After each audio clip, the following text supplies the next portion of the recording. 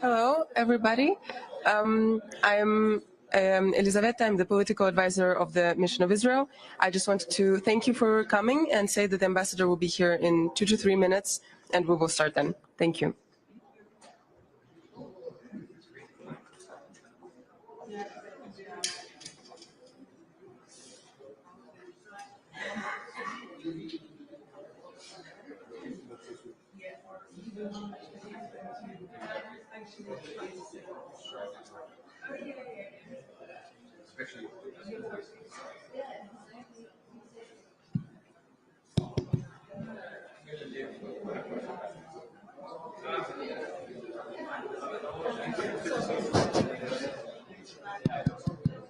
Hello, hello.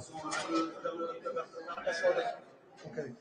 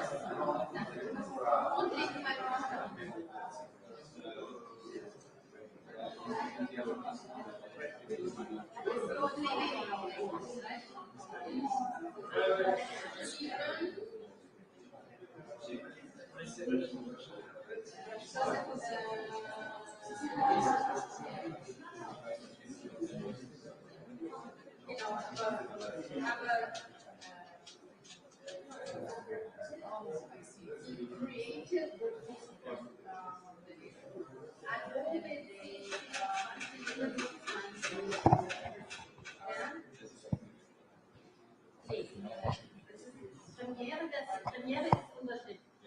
Ja? Und da geht es jetzt nur, was wir kriegen, ist eine Creative Cloud. Aber das ist keine neue Version. Also das ist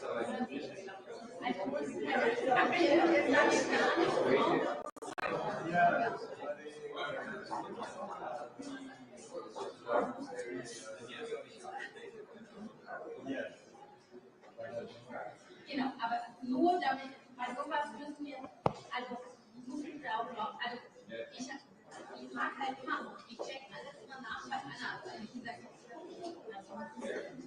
ist so, genau.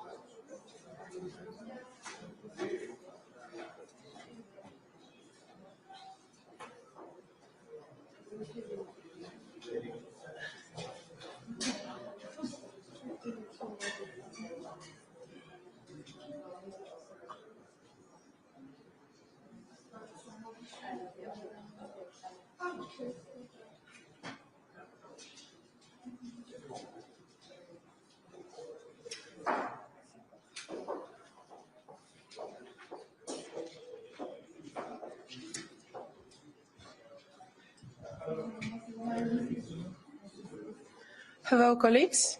Thank you very much for being here. We will have the conversation in the following format. The ambassador will deliver brief remarks, and then afterwards we will take just a few questions, not many. So thank you very much for being here, and I'll invite the ambassador, Daniel Meron, permanent representative of Israel to the UN Geneva, to join us.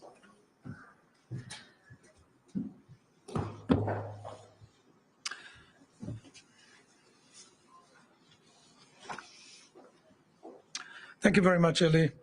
Thank you very much. Just an hour ago, I presented to the Human Rights Council, to the President of the Human Rights Council, Ambassador Yoav Glauber, a letter from the Minister of Foreign Affairs of Israel, His Excellency Gideon Sa'ar, a letter informing the President of the Human Rights Council that Israel is withdrawing from the Human Rights Council. The Human Rights Council has been a biased body since its beginning, with dictatorships lecturing democracies on human rights. As an example, item 7, the infamous item 7 on the agenda of the Human Rights Council, is the only country-specific item that targets a separate country, and that is Israel, and that remains on the agenda. 100 of resolutions have passed in this body, in the Human Rights Council, all dealing with Israel. 20% of all resolutions are on one country, specific country, and that is on Israel.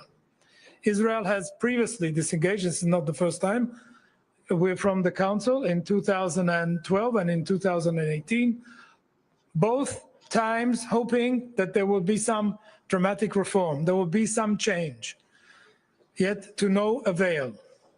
This body, the Human Rights Council, and the entirety of the UN system has failed Israel and failed the Israelis on October 7th and since then. Lacking the courage and moral clarity to call out the terror attacks, to point the finger at Hamas for what they were, for what they did, and what they stand for. They did not condemn the terrorists forcefully, and they downplayed the mass murder, the sexual violence against Israelis, and the hostage-taking. They did not stand by the innocent Israelis who were massacred on the worst day since Israel's inception. No resolution of the Council has condemned or even mentioned Hamas, not before October 7th and not since October 7th. This is deafening, the fact that this body here, the Human Rights Council, cannot speak out against Hamas. The silence is deafening. Special procedures, the human rights mechanisms, target Israel on a daily basis. They are based on one-sided mandates that disregard the human rights of the Israelis. These mandates are unique and unprecedented. For example, the Commission of Inquiry on the situation is the only UN commission with an open-end mandate. Again, with regard to the Special Rapporteur dealing with the issue, it is the only rapporteur that has an open-end mandate. Individuals holding some of these mandates perpetrate anti-Semitic myths and stereotypes, exhibiting unabashed hatred and being absolutely unfit for office. Francesca Albanese consistently whitewashes and justifies terrorism, calling for terrorist attacks as resistance, and distorts the Holocaust by comparing the only Jewish state in the world to the Third Reich. Members of the Commission on Inquiry state that the media is controlled by the Jewish lobby. Also, other mandate holders make countless discriminatory statements, yet they are still in office. We have raised these issues multiple times through public and private channels and submitted multiple complaints. In the face of this blatant anti-Semitism perpetrated by mandate holders, the Human Rights Council is silent. The Council, as well as the Office of the High Commissioner for Human Rights, systematically favors one party to the conflict and advance a narrative under which Palestinians and their institutions have no obligations and duties under international law. We hope that the UN system will be able to undergo deep structural reforms that would end the politicization of human rights. Until then, Israel feels compelled to not engage with the Human Rights Council. This step is not against the United Nations and not against the principles of multilateralism. Israel is not against these. We work with the UN where it is not biased. We work with the UN to advance human rights where we can outside this body and to advance the goals of the United Nations. Israel's disengagement from the Council does not mean disengagement from human rights. Israel remains committed to human rights and will engage through credible, non-politicized mechanisms. Thank you. I've got time for 3 questions or 4. Yes, please. Yes.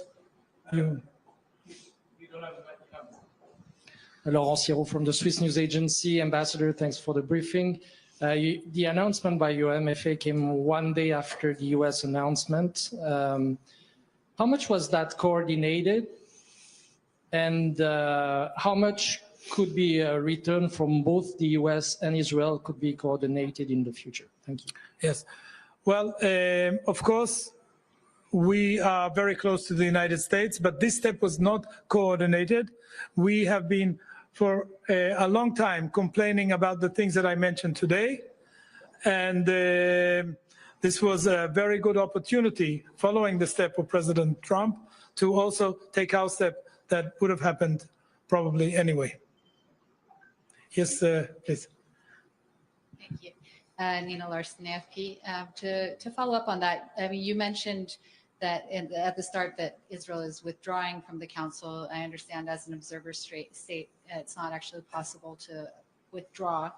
But in practice, I'm wondering what this means, for instance, on the UPR. Are you not going to be following the UPR anymore either? And if I could just ask, the US and Israel disengaging from the Council, are you not afraid that it will leave a void that will be filled by Israel's critics?